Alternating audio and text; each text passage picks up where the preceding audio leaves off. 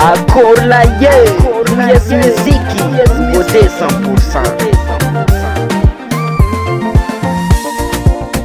100%. Inukufata panofya na chiketi antana ne mandali.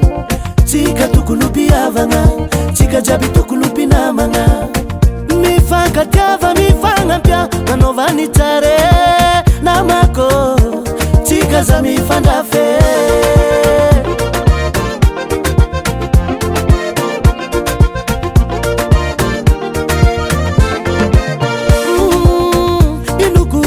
Panofya na tiketi antana ne mandalu.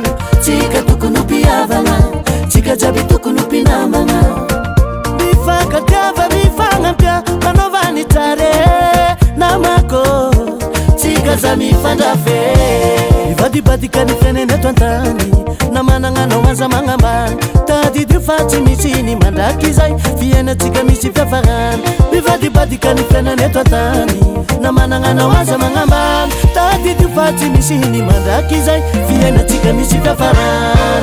Arena nawo chikunda nawamba sana. Tadi dufare wavano milanja vatano komanga chaka. Arena nawo chikunda nawamba sana. Tadi dufare na mano milanja vatano komanga chaka.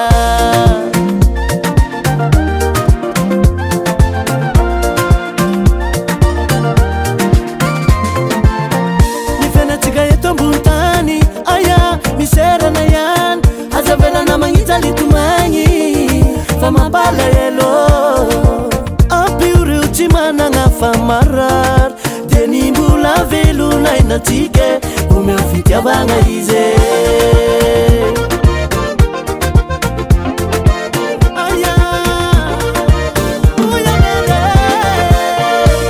Ivadi badi kanifene netwantani na mananga no waza mangamba. Tadi dufati misini mandakizai fiena chika misi fafaran.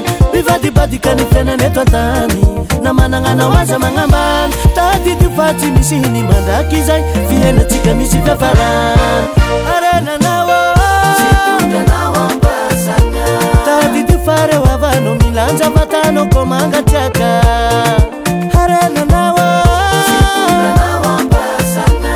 Tadi dufare na mano milanja vatano komanga chaka.